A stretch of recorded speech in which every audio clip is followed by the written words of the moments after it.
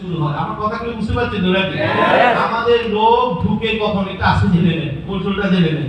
যারা তো চলে গেছে, বিপদে আছে, থাকো, চেষ্টা করেন উদ্ধার করতে। আমরা বিপদে করতে চাই না, আমরা নিউ জেনারেশনকে সেট করে ফেলতে চাই। কি কথা ঠিক আছে কিনা? সব তরুণ এখানে যারা বিপদে পড়ে গেছে তাকে ধীরে ধীরে যাইতে দেন, কিছু করার নাই।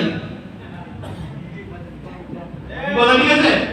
আমরা বিপদে যাইতে রাজি না, আমরা কাউকে বিপদে যেতে দেব না। এই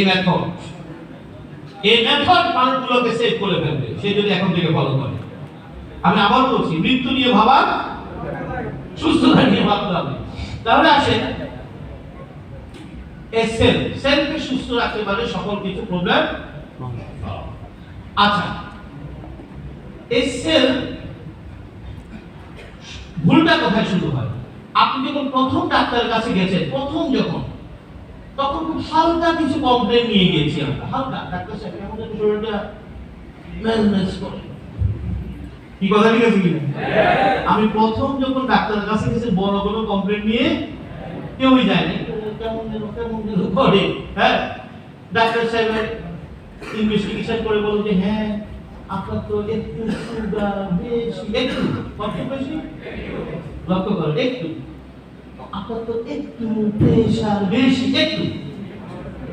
কি ঠিক আছে কিনা? একটু কি প্রথমে বললেন আপনার তো একটু ক্রিয়েটিনিন বেড়ে গেছে। ডাক্তার সাহেব আপনাকে সাবধান করে দিলেন, আর বাড়ানো যাবে না, আর বাড়ানো যাবে না। আমরা তো বলছি আর বাড়ানো যাবে না, অবশ্যই বাড়তে দেয়া। তাহলে উনি কি বললেন? উনি বললেন আমি আপনাকে কিছু মেডিসিন লিখে দিলাম, সেগুলো চলবে। আমি আপনাকে কি লিখে দিলাম এবং সেগুলো, এই রিপোর্টটা আপনার ঢুকলো। কেন রিপোর্টটা ঢুকলো? আমরা অলরেডি বলেছি, ডাক্তার সাহেব আমাকে মেডিসিন খেতে দেন না, ড্রাগ খেতে দেন। কথা কি বুঝা যাচ্ছে? কি বলছি? উনি মেডিসিন খেতে দিয়েছেন না ড্রাগ খেতে দিয়েছেন? তাহলে উনি বলার সময় আমাকে কি বললেন? কত বড় একটা রং ইনফরমেশন।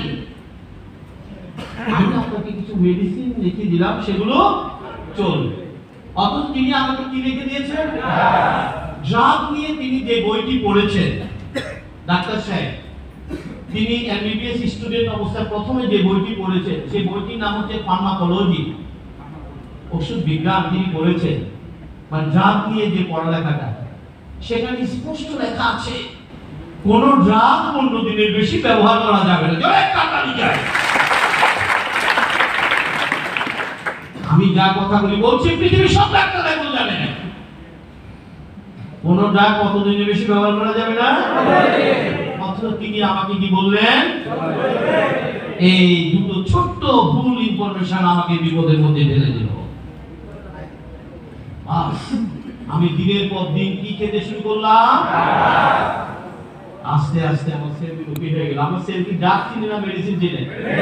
ওই এদিন একটু, এটা 10 বছর পর এখন বিশাল আকার ধারণ করেছে। ওই একটুটা এখন কি হয়ে গেছে? তার ট্রিটমেন্টটা কি সেলে ছিল? ড্রাগ দিয়ে একটা কিছু হয়েছে। সেটা কি জানেন? ড্রাগ দিয়ে যেটা হয়, সেল যখন অসুস্থ হয় তখন সে কিছু কমপ্লেইন করে। কমপ্লেইনটা কি?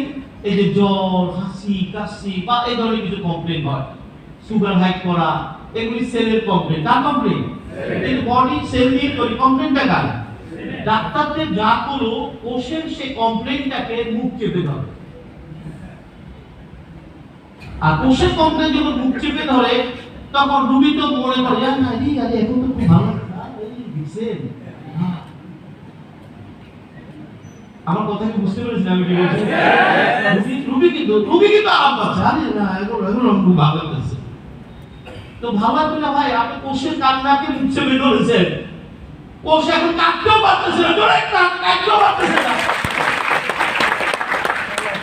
বোর্ড যখন আপনাকে কমপ্লেইন করেছিল, সেইটা আপনাকে জানাচ্ছে আই এম সিক, আমাকে তুমি সাহায্য করো। এখন জাত দিয়ে আপনি কি করেছেন? বন্ধ করে দিয়েছেন। আপনি সেটাও সে করতে পারছেন না। কিন্তু তাতে কি তার প্রবলেম গেছে না আরো বাড়তেছে? প্রথম যেদিন গিয়েছিলেন দেখেন 200 সেল সমস্যা ছিল, 400 সেলের সমস্যা ছিল, 1000 খানিক সেলের সমস্যা ছিল, 10 বছর পর সেটা কোটি কোটি সেলে পরিণত হয়েছে। এখন ডাক্তার সাহেব বলেন